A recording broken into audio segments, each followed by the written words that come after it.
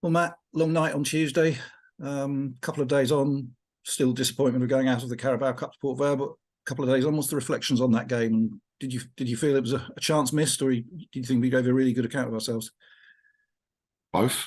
Feel it was a chance missed, and we gave a really good account of ourselves.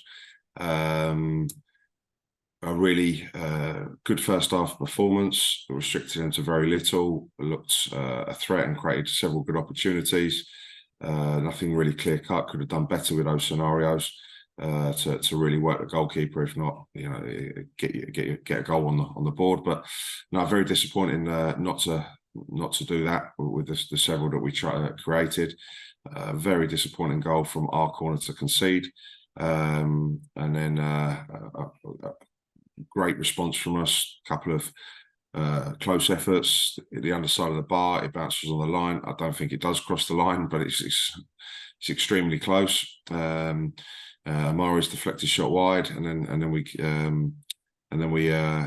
the goal and a great finish from Hish, sort of hitting on the counter from Rosie, quick delivery, and Hish is 1-on-1 and does brilliantly to win the ball and then to slot his finish away. So we're well in the game in the 70th minute, but unfortunately just probably like in a cup tie, trying to chase that win, and committed bodies forward and got done again a little bit on the counter attack, and a little bit disappointed with that to then concede from a long range great strike, to be honest, and we suddenly go out the cup, which is over the course of the night. I'm not saying we probably deserved to win the game, but I certainly didn't feel that we deserved to lose it.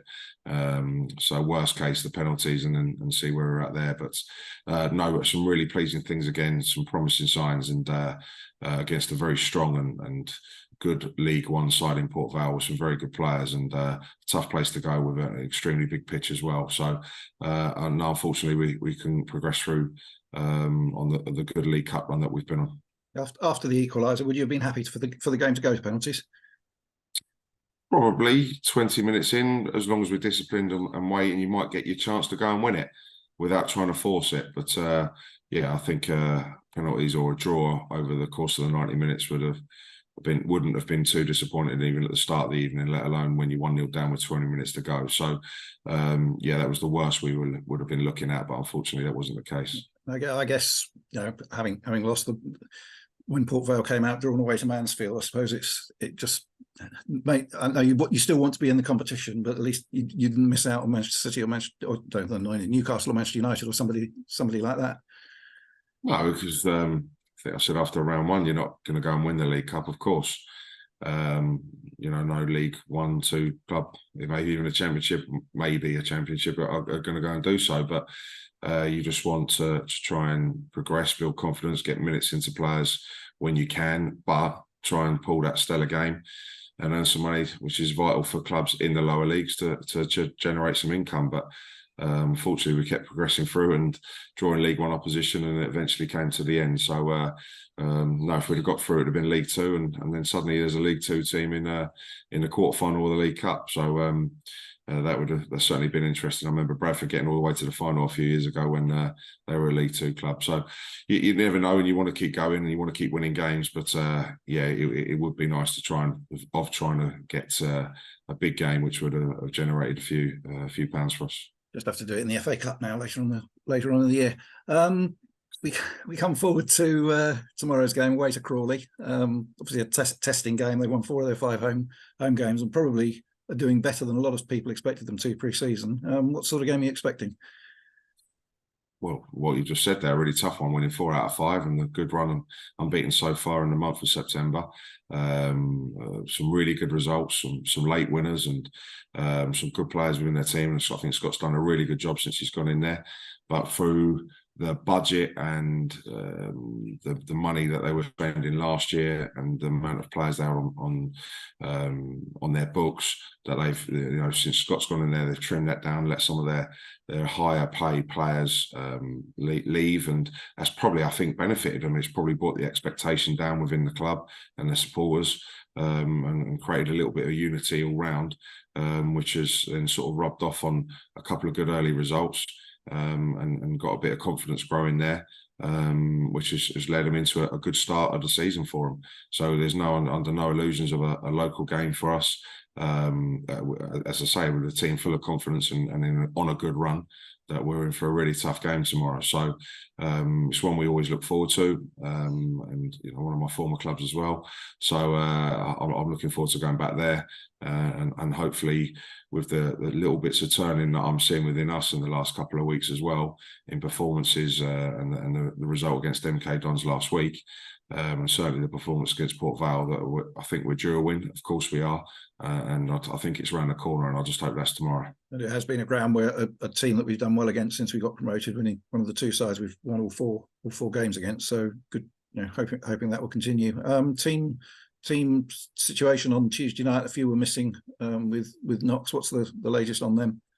Well, anyone who was missing on Tuesday, apart from Damani Melo, who was cup side, was missing because they weren't available for the squad due to little knocks. So nothing long term there with those ones who missed the game, but we will see where they're at. One's definitely fit, one or two's definitely fit, one maybe we'll see in areas in the morning.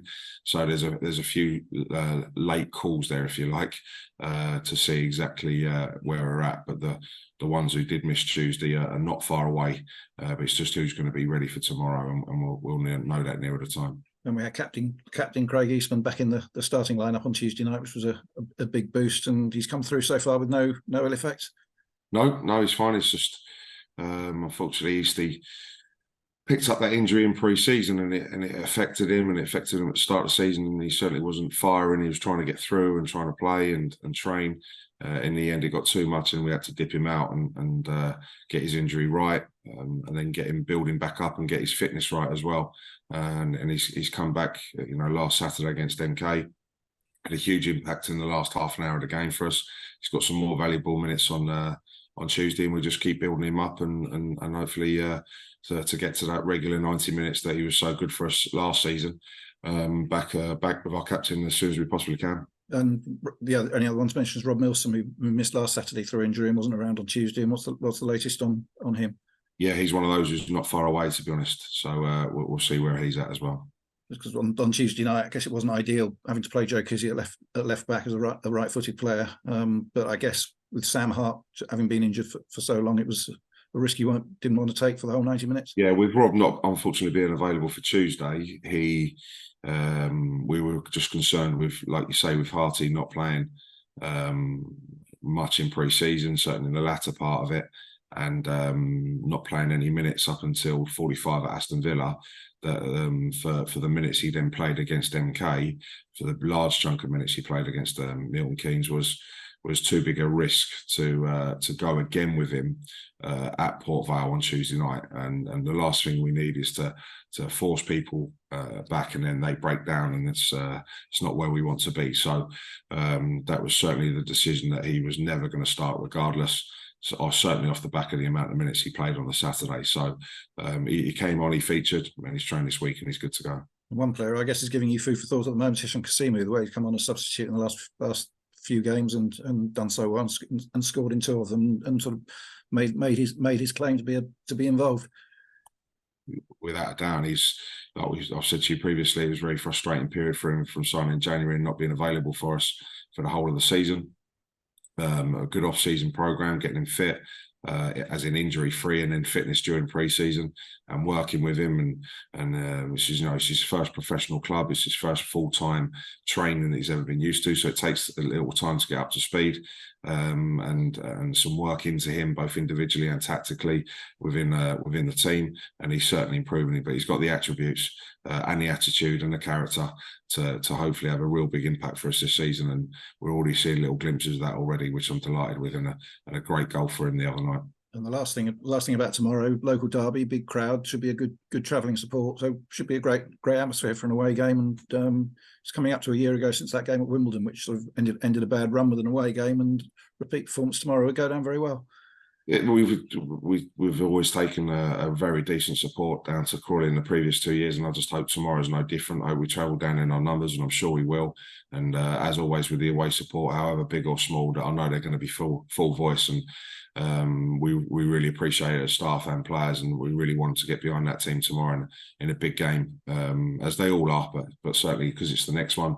And we just want to turn this corner, and I feel we're close to doing so. So let's just try and get a win tomorrow, or a result, worst case, that we can build on again, and keep improving as this new squad, to then start putting a little run together on a positive note that will soon see us climbing that table. And we're working extremely hard to do so, and the supporters have been superb through this little run, and they're right behind us, and hopefully, as we know they will be, in full voice tomorrow. As always, we wish you and the players well tomorrow, and we'll see you down there and look forward to the game. Thanks for talking to us, Matt. Brilliant. Cheers, Tony.